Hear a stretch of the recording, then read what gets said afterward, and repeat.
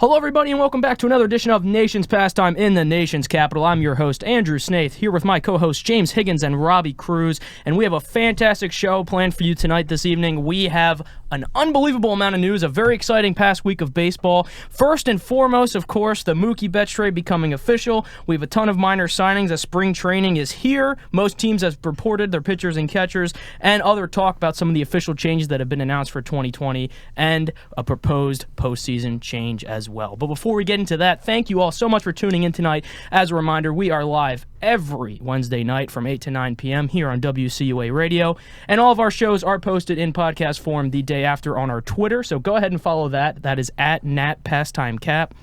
Give us a follow there. That has all the show updates and other information about the show, along with our shows posted on YouTube, and soon to be on Spotify, iTunes, and SoundCloud as well. So we will let you know when that is up and running. There will be a much more convenient way to listen to our shows. All right, guys, now that that's out of the way, I think we should start with the most important idea here, and that, of course, is the Mookie Betts trade. Just a reminder before we get into the talk here, if anyone wants to call in at any time and discuss anything you want baseball related, that number is 202-319-5106, 202-319-5106. All right, with that said, Mookie Betts, the trade, as we left it last Wednesday night, we thought it was all good to go. We thought it was wrapped up, and we thought we were going to just get on with our lives, but there was a lot of complications, a lot of medical problems, and the trade did not get approved until, I believe, late Sunday or Monday. Took a very long time for that. So let's start off with that. Robbie, now we have the new official trade out. How do you think it compares to the original?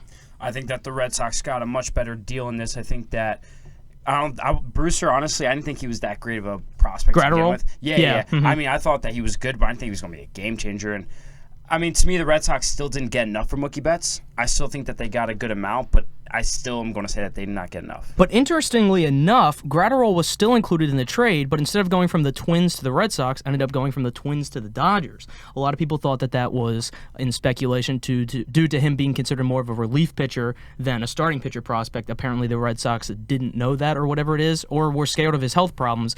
But he still was involved in the trade. He went over to the Dodgers instead. Kenta Maeda still going to Minnesota, and then the additional prospect going to the Red Sox along with Alex Verdugo being Jeter down. So, James, as a Red Sox fan, how are we feeling now about this updated trade? And also, how are we feeling with the departure of a franchise icon? Well, they traded their best position player since Ted Williams, so I don't think that's ever good, regardless of the return you get. But it's unfortunate that it came to this. It shouldn't have come to this with the Red Sox. The Red Sox should have just been able to pay him. The Fenway Sports Group is worth $6.6 billion. John Henry has the money to do it, but they don't want to go over the tax, yada, yada, yada, whatever the circumstances are there. The resolution was to trade Betts, and I think they did better than the original return. I'm happy Verdugo stayed in the deal because he was the Dodgers' top prospect heading into last season, number 35 overall. He had a 3-win season, had a 787 OPS and 12 homer season in 106 games. Connor Wong will give the Red Sox prospect depth in the organization, but he doesn't move the needle. Jeter Downs had a very good year in Double-A last year, hit 286, had an 888 OPS, 24 homers. He'll slide over to second base if he ever comes up and plays for the Red Sox if he doesn't get traded because Xander Bogaerts blocks him at shortstop. I think they did better than the original return, but again, the value was killed because of David Price being in there as a salary dump, and with losing Gratterall, I think he would have helped out the bullpen. I mean, he's got a 100-mile-an-hour fastball that's got plenty of movement on it, and then that slider is a good second pitch. But the Red Sox were concerned with his arm, so now he's a Dodger, and I just kind of find it funny that he was, if he was going to the Red Sox, he was viewed as damaged goods, but now that he's going to the Dodgers, he's viewed as a huge asset, according to people in the industry. Yeah, that's very interesting because as soon as that went through, and there was all the rumors about his health and speculations like that, people were trashing the Red Sox. Like, oh my gosh, look at this, they couldn't even get a healthy guy. But now he goes to the Dodgers. It seems like everyone is hailing him as some fantastic prospect that no one's ever heard of. Right. I think they did a better job in the return, but the Reds than the original return, and I'm glad they were able to get Jeter Downs and Connor Wong out of the deal, but they still need pitching. People aren't realizing that Price was a big loss for the team because he was, when he was there, he was a reliable starter, and he took the mound every 5 days, and he did the best of his ability, and he had a solid career in Boston, and he was their number 2 starter going into the season, and now they have a big hole to fill. They don't even have a 5th starter right now. They might go with the opener, now that Chaim Bloom is there as the GM. So They could always flip Jeter Downs for pitching. Jeter Downs can move the needle in trade talks. He's not a stud prospect, but he definitely has the potential. Former first-round draft pick of the Cincinnati Reds. So I think that they did better this time around. And now, correct me if I'm wrong. They actually received him in the Alex Wood deal, did they? Yes. That was a pretty good pick. He went from Cincinnati to LA. Alex Wood, Yasiel Puig. Mookie Betts. That's very good. No, but the thing is, I think this also speaks to how deep the Dodgers system is. Oh, it's unbelievably deep, and they still didn't even get rid of one of the other big guys that everyone's talking about. Exactly. Ruiz, I believe, is still there, right? Yeah, I was hoping the Red Sox would get Ruiz or Gonsolin when they tried to squeeze more out of it, but I think because the Dodgers still had the Dodgers take on half of Price's salary. That's the reason why. That was the big piece. Yeah, absolutely. But overall, I wouldn't say I'm happy, but I'm happier with the return then. But it's never good to lose Mookie Betts. I want to make that very clear. Not good to lose Mookie Betts, my favorite player. He looks good in Dodger blue, unfortunately, and I hope he wins a ring this year. Yeah, you're about as happy as it can be for Mookie Betts leaving your team there. Very unfortunate indeed for Red Sox fans. Just don't count him out re-signing. That's all I can say, because now they have because the thing is, now they have flexibility, and they can't use the flexibility on anything now because it's too close to the season. If you clear that look, and he today he even talked about how much he loves Boston and all that. So, you never know. I'm not saying it's going to happen, but I'm not going to rule it out either. No, you can't rule anything out in baseball. Absolutely. Something else I wanted to touch on before we jump over this Mookie Betts trade here, and Robbie, I want to ask you about this because I believe we were having some discussions about this earlier. A lot of the players who were not involved in the trade, just other players in baseball, were commenting throughout the weekend and the end of the week last week about how the trade being snagged and not really being confirmed until it was puts the players at kind of sort of a weird standstill, like a weird kind of thing where they don't know where they're going. Their lives are, quote, in turmoil. I don't remember who exactly said it. It was one of the... It's Justin Turner. It was Justin Turner. That's who it was. Who said, the players' lives and their families are being put at a standstill. They don't know where they're going. This is emotionally tolling on them. And personally, in my opinion, and that's why I want to get your opinion on this, I feel like that's almost unfair. Because if you're a celebrity, and especially a multi-million-dollar athlete celebrity, I feel like that's just part of the job. You know what I mean? You have to deal with that kind of stuff. Your name is going to be involved in trade talks. You're going to be put at these standstills sometimes when you're a celebrity and a multi-million-dollar athlete. So I don't think that's a fair comparison to make. What do you think about that, Robbie? Well, I think that you can make it from both sides of the argument. I do see where Turner's coming from, because if you're basically telling your family, hey, we're moving to Boston, and then 2 days later you find out that you're actually staying in Los Angeles, and then you have to find out again, I'm actually going to Boston. That's in favor of Justin Turner's argument, but obviously it is a part of the job. He's making millions of dollars. He should be able to it should be no problem for him. I think he's going to be fine with whatever the player ends up doing. To me, I disagreed with where he was saying that people shouldn't report unless it's official, because then that completely delays so many news. I agree. I think it's absolutely ridiculous. And John Heyman, a guy that I am not really a big fan of, did have a very good point that it should be flattering to these players that the fans are this invested, that they want this second-to-second info. Like the second it happens, they want to know. And also, I think that's very true. I think that helps engagement in the sport, something that Rob Manfred is all about, of course, and we will bring up his name later in this show. But I think that's fine. And again, it's part of the job, and it's also part of the age that we live in, where we have things like Twitter, Instagram, Facebook, where you're going to find out instantly when stuff like this happens, and I think it's good for the sport. I do. I don't think there's a problem with that. I think that was a little unfair of Justin Turner to make it there. It is 2020. You're going to see a lot of stuff like this with social media. A lot of fake news gets spread around, and there's really nothing that you can do to prevent it at this point. But the thing is, even the most reliable sources were tweeting that this trade was official. So if Turner's going to be mad that people are saying that the trade's official, these are from the most reliable people. I don't know what else you want, Yeah, it's a line that has to be drawn between the comfort of the players and also the demand for news. And honestly, I don't think it's something that's going to be fixed anytime soon. But moving on, though, because the Mookie Betts trade, we talked a lot about that last week. A lot of minor signings happened over the past couple weeks. So I think the best way to approach this is because not a lot of them were huge signings. Actually, none of them were huge signings. Some of them were major league. Most of them were minor league. But I'm going to go ahead and read off the ones that we saw this week. I'm going to ask both of you guys, which one do you think is going to have the most impact on the team that they sign with this year? So let's get into that list. The first one, of course, Dyson to the Pirates. That happened earlier today.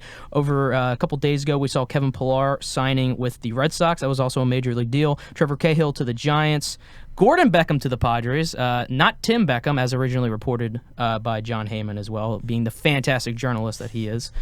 Jason Kipnis to the Cubs on a minor league deal. Carlos Gonzalez fighting retirement and signing a minor league deal with the Seattle Mariners. And the final, a major league deal for Brad Miller, former Philadelphia Philly legend, to the St. Louis Cardinals. So of those, which do you think is going to have the biggest impact this year? You want to start, James? Yeah, I'll go with you, James.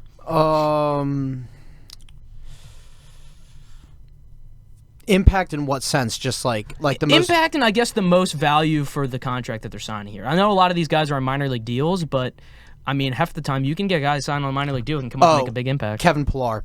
Yes. Because the Red Sox right now, all three of their outfielders are lefties with Benintendi, Bradley, and Verdugo. So Pillar is your fourth outfielder. He's your only righty outfielder bat. So whenever you face a lefty, he's going to be in there for one of those guys. He's going to get 350 to 450 at bats. He's going to get his fair share.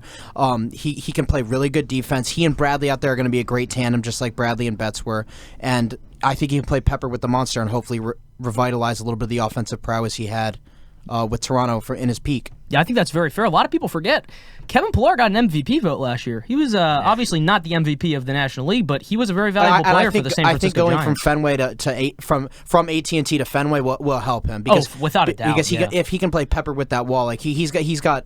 If he can hit 15 home runs or 10 to 15 home runs in the role that he's playing, then that's totally fine. But I do want to say I think the biggest impact will either be from Yasiel Puig or Brock Holt, two guys who have not signed yet. Yes, a good point. Both of them still have not signed, especially Puig. I feel like a team would at least take a chance on him for his name I think alone. if Puig goes to Tampa Bay, and they've been linked to him, I think he's going to have a big impact in Tampa Bay. That would be a very good fit for a guy like Yasiel Puig there. Robbie, of those guys, who do you think is going to have the biggest impact? Well, to me, it all depends on what position Brad Miller ends up playing with the Cardinals. Because if he's going to be an everyday starter, I think he's going to have the biggest impact. I don't see Kevin Pillar being an everyday player. I don't even see Pillar playing much with the Red Sox unless... Oh, he's not going to be every day, but I just think he's going to, with the platooning situation with all the lefties. That's you mean the only with reason. Bradley? Well, with all three. Because you think all three of them will get days off in favor of Pillar? Yeah, that's a good idea. Yeah, because if you're going to face enough lefties, you're not going to want to... Because their regular lineup is going to have those three plus Devers plus Moreland. So that's five lefties. That's five lefties, So if it's a left-handed starting pitcher, who's on the bench in that outfield? I guess it has to be Bradley, right? I think it depends on matchups and it depends on who's gotten time off lately. I think it's going to be an interchanging thing. That's very fair.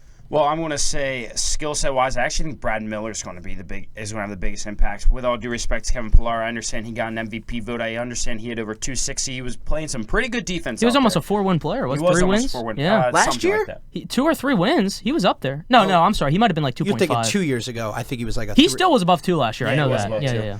But the point is, I think that if Brad Miller does become an everyday starter, I think that he's going to look to make a name for himself and at least perform decently. I think that there's a reason why teams weren't going after Kevin Pillar, and I think that there's a reason why I just don't think he's going to perform as well. Last year, Pillar was a 1-win player.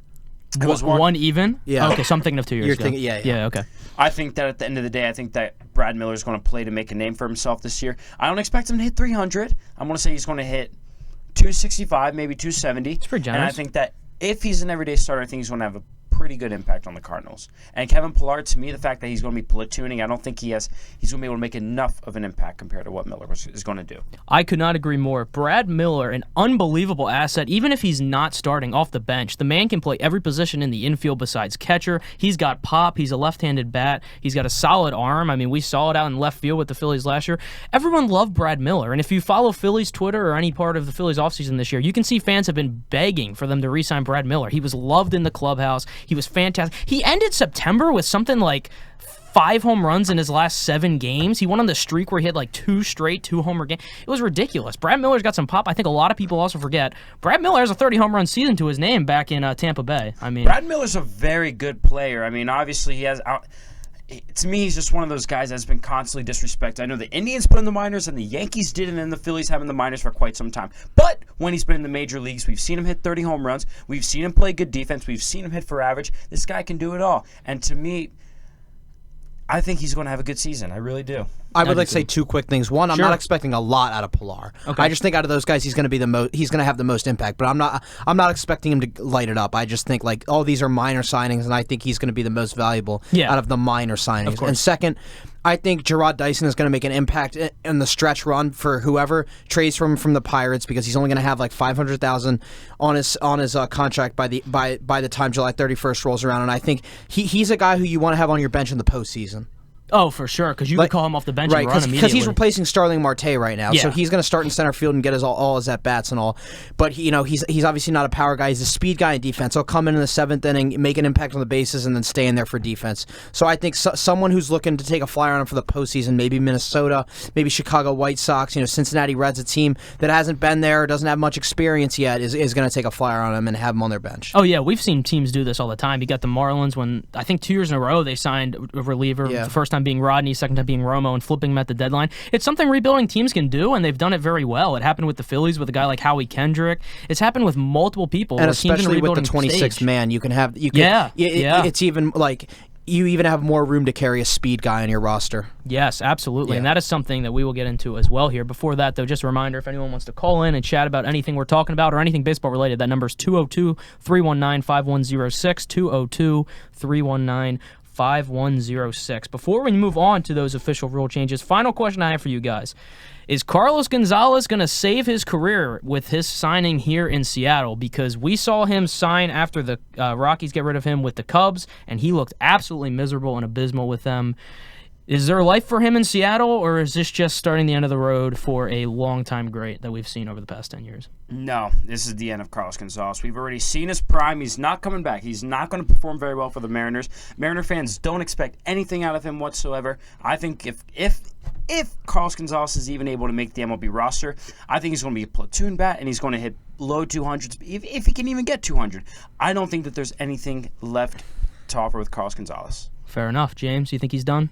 No high altitude, end of the road. Yes, I think that's very fair as well. A guy I always enjoyed watching play growing up, but you know what? I think it's the end of the road for Carlos Gonzalez as well. He's just trying to hang on. When he was with the Rockies had so many chances to trade him. They could have gotten so much value for him, but they didn't trade him. They originally got him from the Athletics as well, did they not? Yeah, that's correct. Matt Holliday deal. Matt Holliday deal. Right. That was a very good trade on there. But Rockies they've always had some very, very good hitters. It's just, you know what? It's always the pitching with them, and it's a shame because they've had some great pieces over there. Yeah. Kyle Freeland going to come back. Marquez. Yeah, some great pieces over there in Colorado.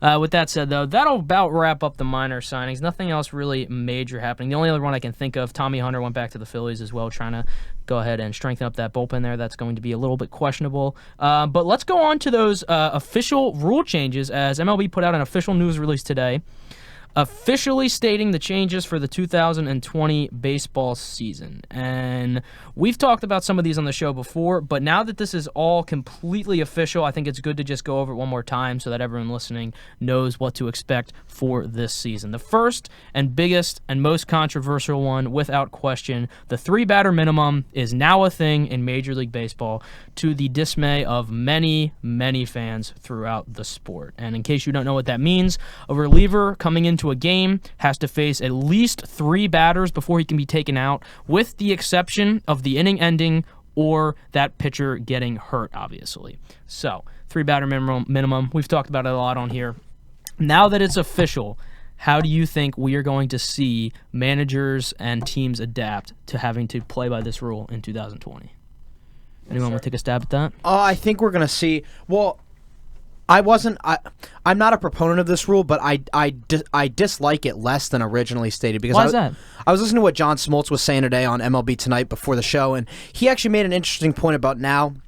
Like, beforehand you could use all the matchups and you could not have to worry about, using, 6 guys in a 3-inning span and then just sending guys back up and down, and it was like fluid between the minor leagues and the major leagues throughout the course of the season. But now this gives you more of a stable roster. It gives guys more of a stable roster, and it gives you more of a long-term plan throughout the year and be able to use guys and use their arms and get them more on a regular rest plan, make it more steady for them. And I do think that's an interesting point because, now that you can't just use guys and send them down, because another new rule that I'll bring up right now is that the option for pitchers when they option them to AAA goes from 10 to 15 days. Yes. The minimum option. Mm-hmm. So that I think those 2 rules, I think that'll help roster stability a little bit and will help guys get into more of a rhythm, more of a flow, and be able to establish themselves at the major league level.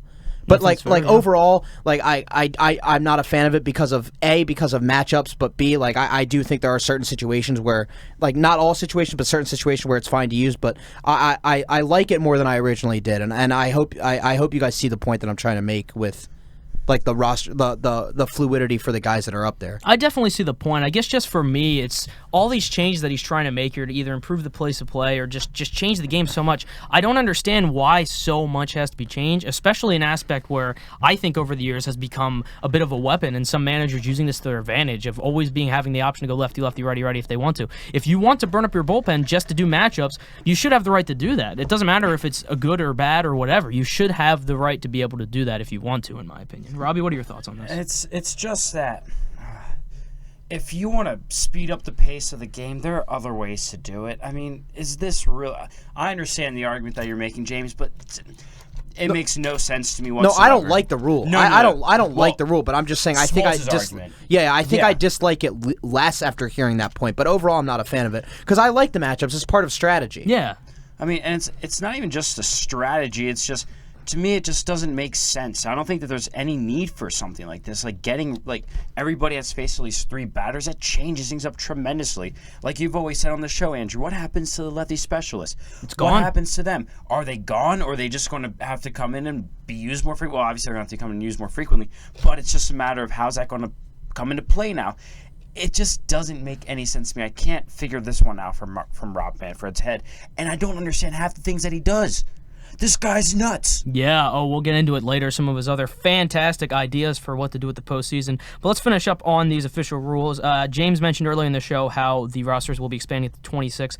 That is true from opening day through August 31st, including postseason games. That will now be a 26-man roster instead of a 25-man roster. I do like this. Give an additional player a shot to win a job out of spring training. I have absolutely no problem with that, and it's not that much of a change.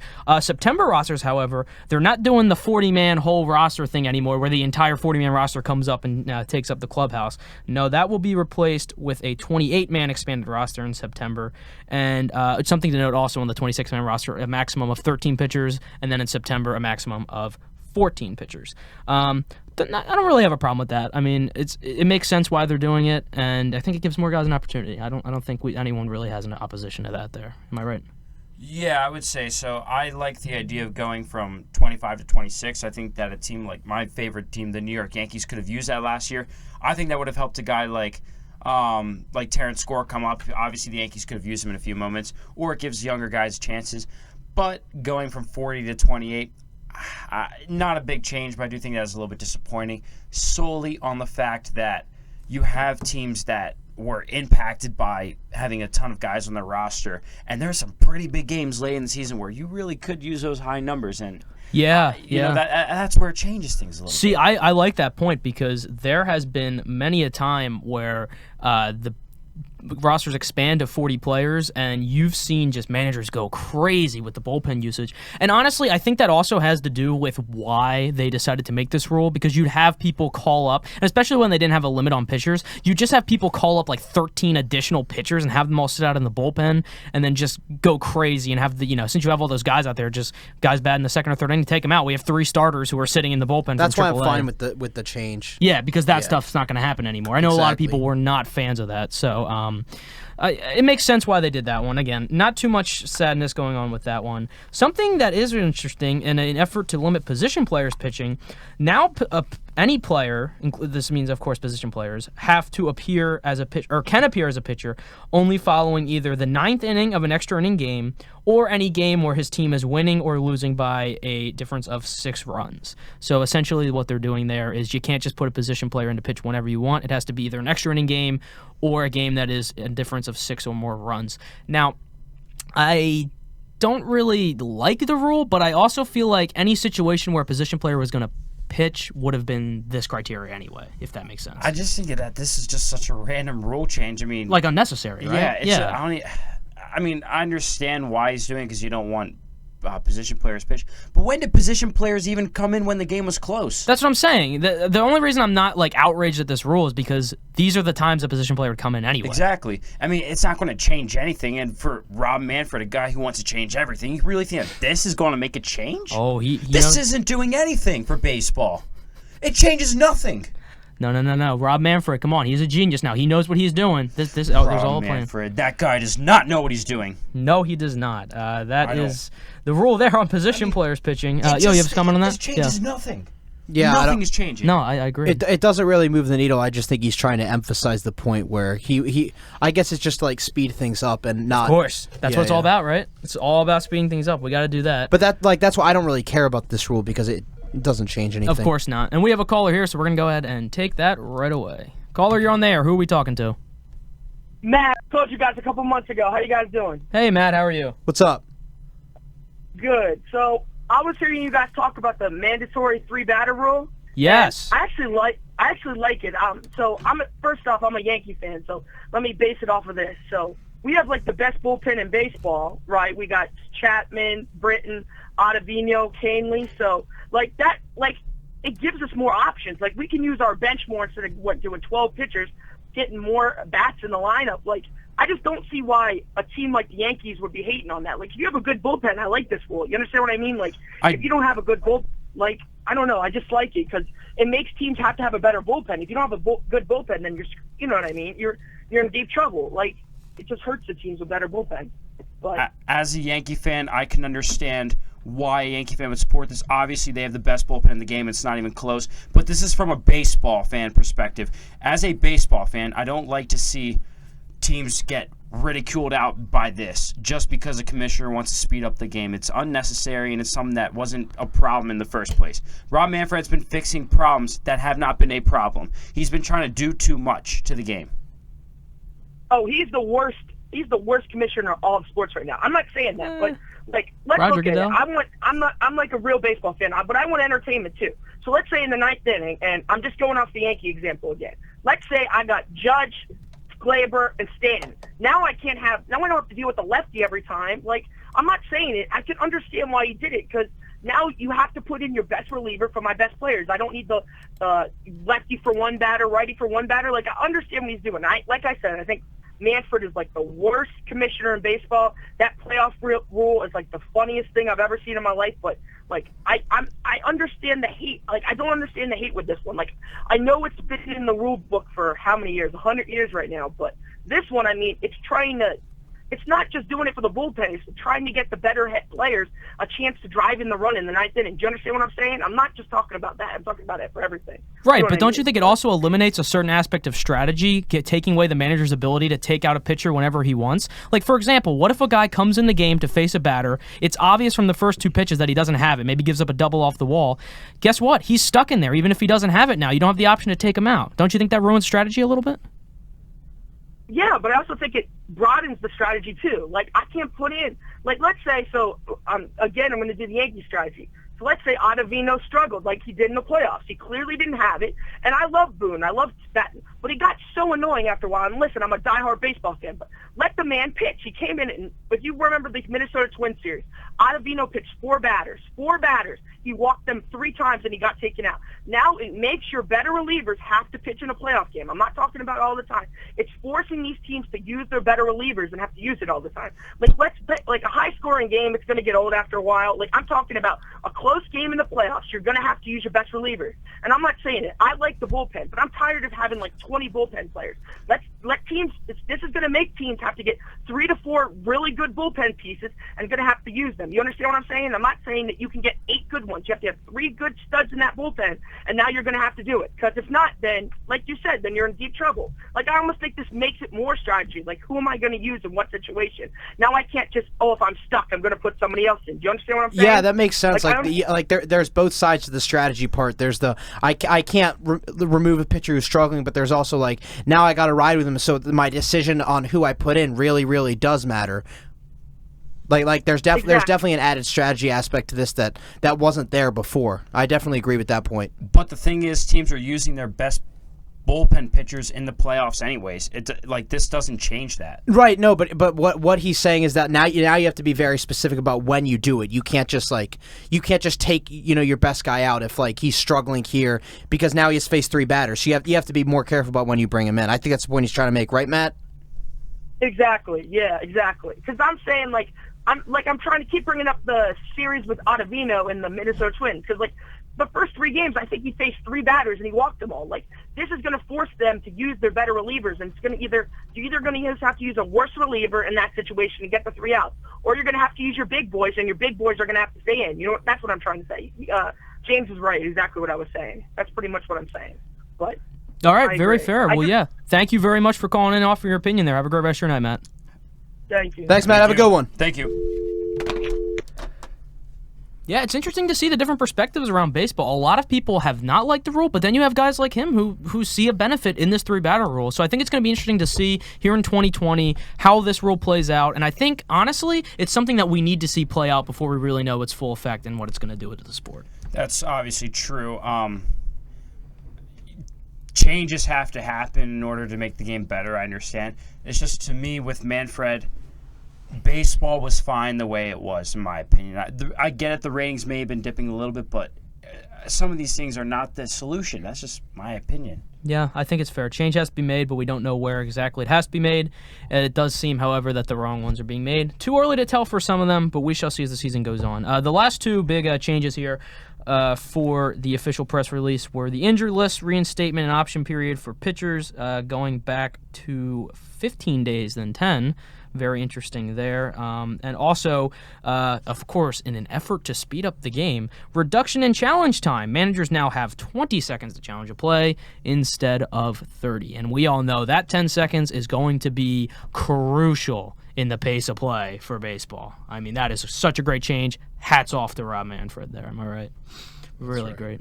So, fantastic there, job by him. And speaking of Rob Manfred, why don't we jump right in to his other fantastic news this week, and that is the potential changes to the MLB postseason. Because it seems like everyone and their mother has offered an opinion on this on Twitter, baseball players and journalists alike. Why don't we break it down first of what exactly these changes are? Does anyone want to go ahead and just explain to us what he is proposing to do to allow these 14, yeah, that's right, 14 teams make the playoffs? I'll let you do this, James. All right. Go right ahead.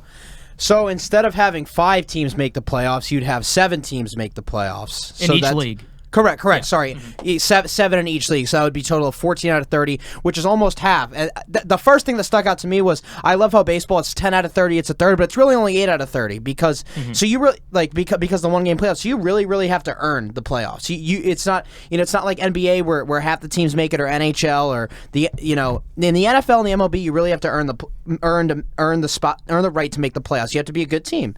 And so I don't like that aspect of it, that essentially half the teams would make it. The second aspect of it, the whole trying to make it like March Madness where they select on TV, like, come on. Like, stop trying to make more money out of it and trying to make it some reality TV series finale drama. Like, we don't need that. No. So I wanted to pull up the article from Joel Sherman because he was the one who was the source of this information of the New York Post, and I wanted to read directly from the article what exactly it is, if Absolutely. that's all right. Go ahead. So Joel Sherman took last season's standings in the AL as an example. So the team with the best record gets a bye, and last year that would have been the Houston Astros. So the Yankees have the second best record, would have their chance to pick among the remaining wild card teams. The remaining wild card teams, which would be the Rays, the Indians, and the Red Sox. The Twins and the Athletics would get to pick after the Yankees, because the Twins would be the other division winner and the Athletics were the first wild card. So the Yankees would get to pick. So then what Joel Sherman is trying to say is, would the Yankees pick the Red Sox, or would they avoid them in order to because the Red Sox had the worst record out of those teams, or would they avoid them in order to avoid playing their rival? So let's just say the Yankees pick the Red Sox, then the Twins would be up. Let's say they pick the Rays, then the Athletics by default would face the Indians. That's how it would work. The Astros would have a bye, and then we would. Those series would be best 2 of 3. After that, it's back to a best of 7, I believe. Yes, back to best of 7. Yes. And first of all, and I don't know, did you guys watch Trevor Bauer's video on momentum? I did. Oh man, he was not happy. This was something that I thought of. Like, the best team right now is a 4-day layoff, like as it's currently constructed. But now you're going to give them a 6-day layoff. Like, how does that reward the best team? No, baseball's all about routine and momentum. You really only want 2 or 3 days off, so that kills it. Too many teams making the playoffs.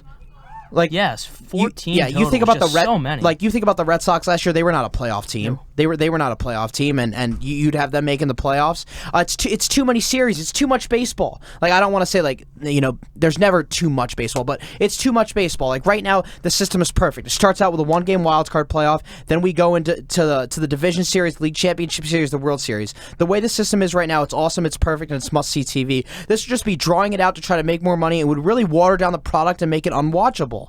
And also you got to think about it. If they do that, that almost certainly means a decrease in regular season, right? They'd have to. Did this get approved already? No. It did not get approved. It's a proposal for 2022, which is when the new CBA would start. But what was your question? I'm sorry. I was going to say, what does this mean for the regular season? No. They said it would be on the final night of the regular season. They didn't say anything about reducing the regular season. Okay, so the regular season. But this is also a lot of baseball, especially for the teams that the teams that don't have a bye. That's so much baseball with all the pitching, with all the pitchers they'd have to use. And think about it. This is after they probably exhaust their entire team trying to win a last spot at the very end of the season. Think about it. If they have to go all the way down to play game 162 to have it matter, then they win, and then turn around and go ahead and have to play a 3-game series. What is it, a 3-game? And then another one? It's a best 2 of 3. Yeah, best 2 of 3, and then they have to play the team that picks them. Yes, because it would all be in the host city. Team. It would all be in the... Yeah. Exactly. That's so much baseball. Don't get me wrong. Yeah, I love baseball, but for a team, that makes it just...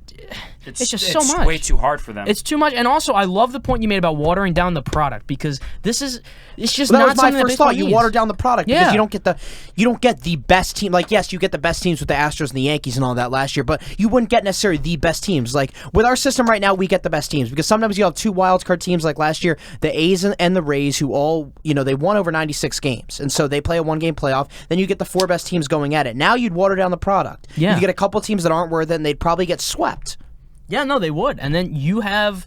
I think it's another disadvantage to the Yankees last year. They won 103 games. If they had to play 2 series and they sweep them both, what does that do for them? Then they face a well-rested Astros team.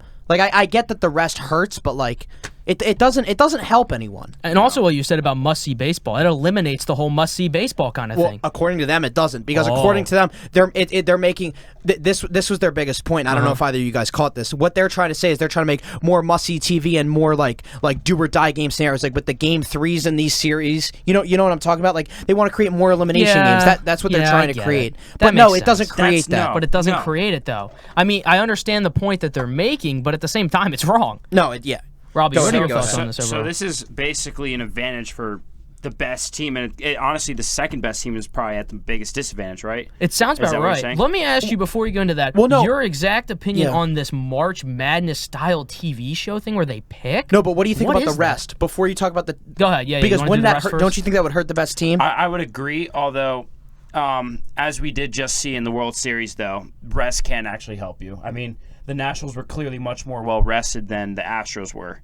Yeah, because they won 4 games, right? Yeah. So I'm guessing that's the argument there, but no, I totally agree. I don't see how rest usually is going to make how it's supposed to help you in that, but it can't hurt you in that instance. I just don't get this though. No, I don't either. There's a lot about it that makes no sense in my opinion. Baseball, he's trying to turn baseball into basketball. That's not how it works. And that's just way too many teams in the playoffs, way too many games, and the season's going to end in November at this rate. Not a lot of people like the addition of the 1-game wild card, so I don't and I think the fact that really nobody likes this is going to help it not happen. Yes. With all the backlash. So you think they will listen to that? I hope so. Would you like me to read Trevor Bauer's tweet? Yeah, I was actually going to say Trevor Bauer's tweet. I did have it up here. Listen, there's no way that baseball can improve this. If they care about the people and the listeners, they would know how they feel about this and how I don't even know what the right word is, how disgusted they are with this. So I have Trevor Bauer's tweet from Monday night, which is when the news broke, and he said, "No idea who made this new playoff format proposal, but Rob is responsible for releasing it, so I'll direct this to you, Rob Manfred. Your proposal is absurd and for too many reasons to type on Twitter and proves you have absolutely no clue about baseball. You're a joke." And he's absolutely right. And I want to get back to the point of it would be a disadvantage for the team with the best record because you get 6 days of rest. It would water down the product. There would be it wouldn't create enough must-watch, meaningful baseball, even though they think it will. And whatever points you guys want to add, go ahead. But I think those are the 3 main points that a lot of people feel that it wouldn't help the sport at all. No, it wouldn't. And I also think when you start letting all these teams in, like you said earlier, you get teams who maybe, had it together at the end of the season, who are not playoff teams, squeezing in there. And then you get to the question where upsets are always possible then. And is it really fair to have a team like, say, last year, the Red Sox, who were not a postseason team? What if they come in there and get hot in October and November? You know what I mean? That's is that even bullshit. fair? Yeah, no, exactly. it's not fair. It's exactly. not. That's what I'm saying. I mean, you get teams that don't deserve to be there that could easily be in there. And also, when you take a look at this, you might have teams with, 84, 85 wins? That would have been the Red wins? Sox last year. They exactly. had 84, yeah. And we have a call here, so we're going to go ahead and take that. Hello, caller, you're on there. Who are we talking to? Hi, this is Dr. Rob. How are you? Hey, how are you? How's it going? How's it going? Good, good. I'm calling in a little early today. I'm sure some students will be have some consternation on that. But I hear when we get to the hint, you can always repeat it. Yeah, All right, absolutely. sounds good. Being the true accountant and with the Nationals winning the World Series, I thought to myself, well, how much of that money actually, because there's a lot of income generated, how much of that income gets put into the pocket of the city of D.C.? Because the stadium that the Nationals play in is publicly funded, and it costs $611 million to build. And so it took me a while, but I went on and I found the financial statement for the Washington Convention and Sports Authority. They're basically the landlords for Nationals Park.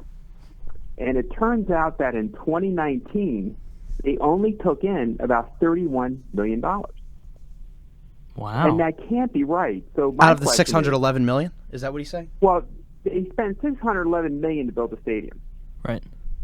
And I'm wondering, well, who owns the stadium? The city owns the stadium.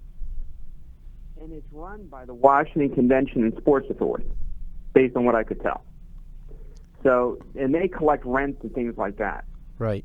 So the Sports Authority itself, now that would not include sales tax, like when you go and you buy an overpriced beer. But it looks like the Sports Authority in 2019 only collected about $31 million in rent. Wow. Which to me, that can't be right.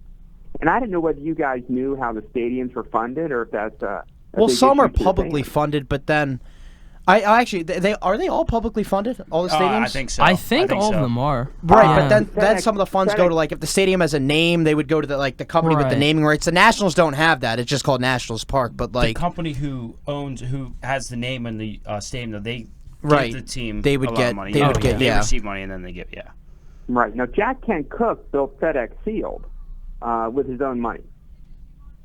And that's why it was called Jack Kent Cooke Stadium for the longest time. right, Otherwise That's right. known as the Jack, and then, Schneider bought it and sold the rights. That seems to me to be pretty lopsided. Now, I could be wrong, but I didn't know if you guys had ever looked into the publicly funded stadiums. no, I haven't really looked into it. But are you wondering if them winning the championship creates more revenue, like for them to collect it for the stadium? Well, sure. So, for example, if you fill a stadium for 4 games or whatever the World Series, that creates ticket revenue, that generates sales revenue, it generates parking revenue. I Right. presume Nats Field has. I've only been in the Nats Park once, but I presume there's a parking lot there or something. But how much of the direct tax revenue does it generate? There's police overtime. I'm sure there's first responder overtime. Right. Did the Nats pick that up? So Right. how much of the economic largesse generated by World Series win actually accrues to the benefit of the residents of D.C.? Yeah, that's a good point because there's a lot of stuff you have to consider there, like you said about the police and also, the Metro. I'm sure Yeah, that's got to absolutely, stay Metro. open. Yeah, that's a lot of stuff though to think about. I don't even know. Do you think the Nationals cover that? I'm not sure. I don't think so. I think the city does. Yeah, I think it would be the city Yeah. or like a company. Like for the All-Star game when it was in DC, MasterCard covered the Metro. They did. Because I MasterCard remember covered that. was the sponsor of the All-Star game. And they were running it almost like the entire night after the All-Star That's game. right. That's right. They were running until about 1 or 2 a.m. That's interesting. Right now, does Nats Park have their own security, or do they rely on D.C. police? I think they have their own security. Yeah, they do. They do have their own security because you can see them wear like the Nats Park's Yeah. equipment Okay. and logos and all that. Well, I know in Milwaukee, the sheriff's department used to provide the security for the stadium. Oh, so they would have to I've pay never for been that to as Miller well. Park. Yeah. And then they lost the contract and it went to the city of Milwaukee. Right. Okay. Sheriff and the MLB had a problem. But there's a guy, David K. Johnson, who is he's at Syracuse now, but he was a Pulitzer Prize winning reporter. And his point was that publicly funded stadiums really don't accrue to the benefit of the citizens financially. I don't know if that's true or not, but somebody gave him a Pulitzer for thinking that up. Yeah. I'm not sure if that's true or not. I don't know. Yeah, well, something to think about. Now, for the for the finance, as my students know, there's a test coming up. Yes. And the next Tuesday. Right. And here's my tip. If you look at the front page of the test aid that was submitted for everyone's review, there is an error on the first page of the 4-page document, and there's another error on the third page of the 4-page document in the calculation. There's a formula sheet. So there's an error on page 1 and page 2. And that's the tip. Could you repeat that? I think we lost you. We lost there you for a little bit. I'm sorry. It's my phone. I have like an iPhone 6. Oh, that's okay. It's just the last part there cut off a little bit. Yeah, okay. Well, on the review sheet that the class, we had a couple students do a review sheet. Basically formulas for which we'll use a formula sheet for the exam. There's an error on a formula on page 1, and there's an error on a formula in page 3. The one on page 1 is not obvious, but the one on page 3 is obvious. And we'll talk about it tomorrow. All right, there you go. That's the official hint there for finance. What is it? 226. 226. Finance 226, section 4 and 5. There we go. The official hint of the week. Make sure you listen in again next week to hear that hint. The test has been made. It's not hard, but it's long. All right. All right. Thank you very much for your call, sir. Hey, thank you. Thank you, Professor Warren. Have a good one. See you tomorrow. Have a good rest of your night. Bye-bye. Very interesting point there. Not really thinking about that from an aspect of revenue that the city might get, but I gotta imagine it goes up with them winning a World It has Series. to. It has to. And you have to consider the parade revenue, too, I think. Oh, my goodness, yes. And merchandise and all that, Oh, yeah. all of it. Team loves when their city wins the World Owners Series, make without question. so much money when they win a championship. That's why some owners are so serious and so doing whatever it takes to win that World Series, because it brings them so much money. Oh, without question, And the yes. advertisers too. And let's talk about owners being rich real quick. Something I wanted to close the show here with was a point that Alex Wood made this week about the Royals being sold. In case you aren't aware, the Royals actually just sold this past offseason, and Alex Wood took to Twitter and wrote the following. The Royals just sold for $1 billion, and there is no money disparity. There are rich teams, and there are very rich teams. All are capable to sign and field great rosters, yet choose not to. Cheap teams should not be rewarded with the playoffs if they don't spend. And that was in response to a Buster Only tweet that said another thing about the pros playoff changes. They would give a better shot for small market teams to participate in October. Oh, I think the biggest thing is some of the big money disparities. I don't know how I forgot this or any of us forgot this. Yeah. It was not tanking. Yes, not tanking. Yeah, not tanking. You know what? That's a good point. We forgot about that. Yeah. It would. They're trying to discourage tanking. But I don't know how this would discourage tanking, because if you suck, you're going to suck. Right, exactly. I do think what Alex Wood's saying, though, has some merit, because I said this last offseason when nobody would sign Machado or Harper like mid-January, mid-February, and we're all just sitting around waiting for one of them to sign. Those were two generational super talents. There should have been 12, 13, 14 teams on them, at least from the beginning. And there may very well might have well could have been, but we heard the same teams over and over again for each, it seemed like.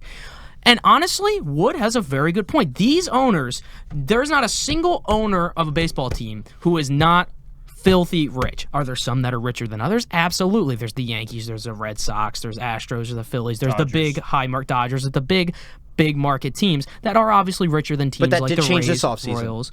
What was that? In terms of like free agents being signed, like Cole, Rendon, Oh, Strasburg. yeah, well, I was going to get to that. Yeah, exactly. But what I'm saying is, he's got a great point, because these are multi-billion-dollar teams. There's no excuse that they shouldn't be trying to build a competitive roster every single year. And this happened, I believe, in response to a rebuild era. You saw so many teams that started tanking, went in that rebuild mode for 3 to 4 years, and then came out on top. You saw it with the Royals. You saw it with the Astros more than anything. The Astros built their team from the ground up with tons of core talent, and then added on at the last second from a guy like Justin Verlander. That motto was build throughout your farm system, tank for a couple years, and then spend to add the last couple pieces on. That's not the motto. And the Nationals. And the Nationals as well, yeah. That's not the model that Alex Wood thinks is okay. Now, it's funny because we are seeing, and I can think of two teams in particular the past couple years, completely ignoring this model. Number one, of course, this past offseason being the Reds. forget about what they were trying to do with their farm system. They just said screw it, and they went and they spent to try and get better. And I greatly respect them for that. And the other one, of course, that in 2018 offseason, the Philadelphia Phillies, who just went out and decided we're going to sign McCutchen, we're going to sign, obviously, Bryce Harper, we're going to trade for JT Realmuto, we're just going to go in and spend all this money to try and be competitive. That's two examples I can think of. The rest of the teams? I was going to say the White Sox are the perfect blend. Because they built through the draft, built through trades, and free agents. I think perfect blend. Yes, absolutely. They were not afraid to spend the money when they needed to, but also build up when they did. But like they've been tanking for a long time, though. I mean, it has been a while. Multiple 90-plus loss seasons. 12? They made the playoffs. They haven't made the playoffs since 05, I don't think. No. They made it in 08. They made it in 08. Because that's right, they got Griffey at the deadline. That was the thing, though. The Astros were at least competitive some years. They were, yeah, but they also had, you got to remember, from 2009 to 12 or 13, they had like 3 straight 100-loss seasons. It was 11 to 13, they had 3 straight 100-loss seasons. That was like the Carlos Lee days and the, oh my gosh, who was the other one? Adam Dunn, Brett Wallet. No, wait, Adam Dunn was on the... Adam Dunn was on the... Astros. Astros. They're talking about the White Sox. No. Talk about the Astros. The Astros with Brett Wallace, Carlos Lee. Those were some miserable teams. Michael Bourne. But it turned into Michael Bourne. But it turned into a fantastic return for them, especially the trades like that. They made guys like that where they develop major league talent and they trade them away and continue the rebuild. That's not something that Alex Wood thinks is happening. He thinks every team should go out there, spend money, and field a competitive team every year because all the owners are rich. What are you guys' thoughts on that? You think that should be happening? You think every team has an excuse? Or do you think tanking should just still be continued the way they go? Because I think it can go either way, personally. James, I think we should start with you. This is a really tough one for me. I think there are definitely some teams that have no excuse for not spending. Yes. Like the Red Sox not spending on Betts, or like the Red Sox, Yankees, Dodgers, Cubs, Nationals, Astros, all those teams have no excuse for not spending. I do think it could go either way. I don't think any team should be trying to tank, but I do think teams should be trying to rebuild in a sense. Like, I don't think like you can expect the Orioles or the Royals to spend every year and try to get the best free agents. Like, because they're just so far in the rut right now. Right. Yeah. They have to do some building through the draft. And you can see the light at the end of the tunnel with the Orioles and the Royals. You can see where they're going. Like it's happening with the Blue Jays right now. Yeah. So like I think, you get a few good draft picks, and this happened with the Orioles when they had Machado. Like, they drafted him number 3 overall, and then 2 years later he was up, and they had a great 5-year run in the AL East. So I think you have to do some through the draft, some through free agents, and then you build your team from there. And if it's completely tanking for a team like the Orioles, then that's that. I really like the idea of signing a guy to like a 1-year deal and then trading him at the deadline. I really like the idea. I think that can get you somebody good. We've seen it happen so many times, too. Exactly. Yeah. So, obviously, if you're a team like the Royals or the Orioles, if you're going to follow Alex Wood's logic, that's honestly the only route that you could go. You would have to sign a bunch of veterans to 1-year contracts and then hope that they do something, trade them for young prospects, and then continue drafting. Alex Wood is saying that you should do that every year. You could do that, or you could just completely decide to suck and just keep getting draft picks. I personally like the idea of signing veterans to 1-year deals and then trying to trade them at the deadline and get prospects while you're still struggling. I personally like the idea. Yeah, you may not get a top 3 pick, but in baseball, you don't always, like, a lot of the best players were not like top 3 picks. A lot of them were drafted later, so you can still be. I like what the Blue Jays are doing, for example. The Blue Jays are not going to be the worst team in baseball, but they're still signing good veterans, and who knows? Maybe they trade some of them. They have a very good core of young players. I think that's the right. I think that's the right way to rebuild. I think this was what this is more in response to, though, is you got to remember these teams are still Major League Baseball teams, and it's almost laughable some of the products they put on the field sometimes. Imagine being a Pirates fan this year. Are you going to go to PNC Park and see that team? Now, don't get me wrong. I mean, I sat through some absolutely terrible years as a Phillies fan. I still go to the park because I'm crazy and I love baseball, and I don't really care if we suck or not. I'll go watch it. But do you think the casual Pittsburgh fan's going to go see the Pirates this year? No, with but that why ridiculous should they? payroll? But that's the thing. They should. Everyone should be excited to go see their major league team. And when the teams are sucking like this and making no effort at all to do anything, why would you go to the ballpark? No, that's my point. I'm saying they shouldn't have to go to the ballpark and experience this. Exactly. I don't blame them for not wanting to. No, I don't either. But if according to Alex Wood's thing, and I think that's what he's getting at, that shouldn't be the case. All these teams should at least be trying to use some of their multi-billions of dollars that are in their organization to try and invest it in an actual playable team. Like last year's Baltimore Orioles absolutely just pathetic. The Royals, outside of the Royals aren't as pathetic. You still had Jorge Soler, who was a reason to go to the ballpark. Whit Merrifield, you had some good reasons to go to the ballpark. Seattle, there's no reason to go to that ballpark and see them play. Detroit, you had no reason to go watch the Tigers play last year. Miguel Cabrera is just a shell of his former self. It's a bunch of young guys who don't even look that promising. Well, I guess Matt Boyd, you're going to go every fifth day and watch him?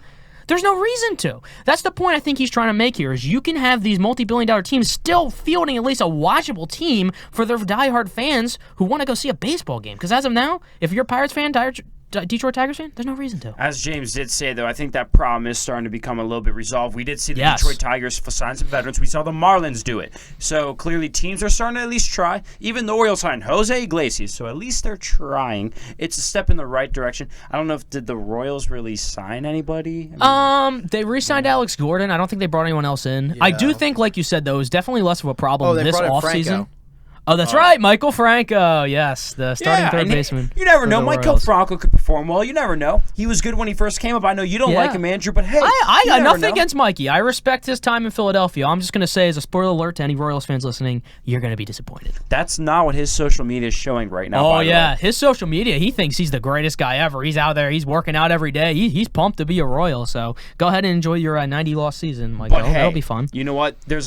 It's a low-risk, high-reward move. I get it. And I'm fine with that, and I do think it's less of a problem now. We saw free agents fly off the board much faster this year. Like you said, a team like the Marlins improved substantially. Are they going to be good and they're going to finish anything other than fifth? No, but they're going to win a lot more games than they did last year. I mean, going out and getting a guy like Dickerson, picking up low-key guys like Aguilar, like Francisco Cervelli. Not only that, I'm fine with that. With the rest of it's like with the rest of the teams in baseball becoming better, the Marlins are still going to get a good draft pick out of this. Yes. Like they have no means by competing in that NL East division. No.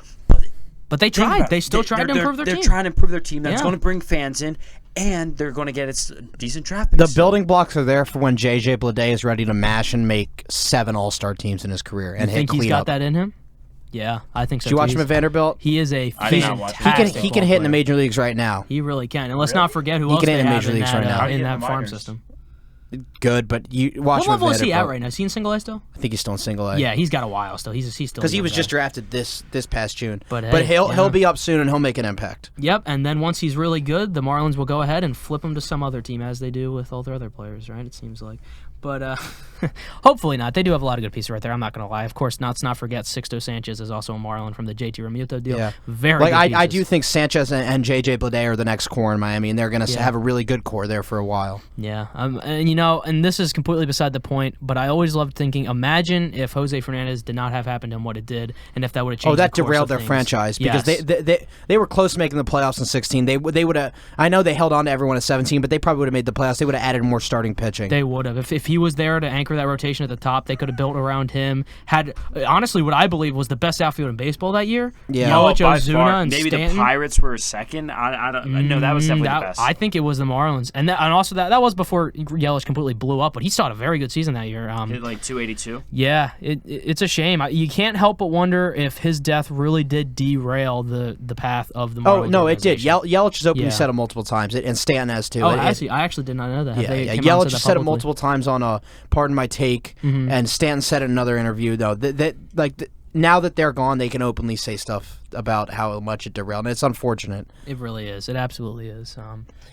But yeah, I think Alex Wood has a point, but I also think the other teams do still have a right to tank. I mean, I'd be a hypocrite if I said they didn't have the right to continue to tank, because I just got done saying managers should have the right to be able to, do whatever they want with their pitchers. I guess teams should have the right to suck if they want. I just think they owe it to their fans and to their cities a little bit more to field a playable team and not utter garbage that we've seen the past couple of years from some of these teams. And honestly, baseball's heading in the right direction. Like I said, is it? Teams like, well, for the bad teams, yeah, but like a team like the Orioles, Royals, Tigers, if they're going to sign these veteran free agents, possibly trade them, get a good prospect in return, and you still get a good draft pick, that's, to me, is the proper and smart way to rebuild. It's what the Astros did with Michael Bourne, Hunter Pence, and all those guys back then, and you never know. Orioles could be the team to beat in the future.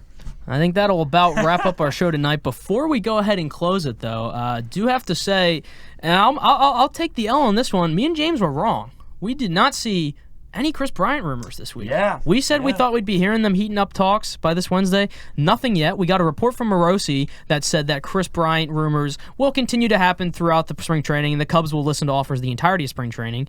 But at this point, it looks like you were right, Robbie. It doesn't look like anything is really going to be happening with him until maybe the trade deadline. So not only that, I saw a report from The Athletic.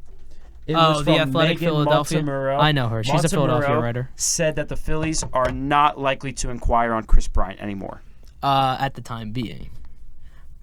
Chris Bryant's probably not getting traded to the Phillies. That's all I got to say. I don't think he's getting traded to any team now after this. I really thought it would have picked up.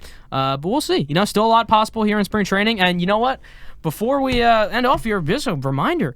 Pitchers and catchers have reported. We are officially in spring here. Spring training is here. We're going to have the rest of the players come in later this week. By the time we come back on the show next week, we will be in the full swing of spring training, and we are that much closer to the regular season of baseball starting again and the wonderful national holiday that is opening day. So with that said, that'll about wrap up tonight's edition of Nation's Pastime in the Nation's Capital. Just a reminder again, we will be live again next Wednesday from 8 to 9 here on WCUA Radio. And go ahead and follow our Twitter at NatPastimeCap if you want to listen to our shows afterwards in podcast form. We'll keep you updated on that Twitter about the status of Spotify, iTunes, and SoundCloud, because once that's up, that will be our premier way to put the shows in podcast form rather than YouTube. But until then, go ahead, follow our Twitter for all the updates. The show will be posted tomorrow night around that time. And with that said, I've been your host, Andrew Snaith, here with my co-hosts, Robbie Cruz and James Higgins. Thank you for listening, and have a fantastic rest of your evening.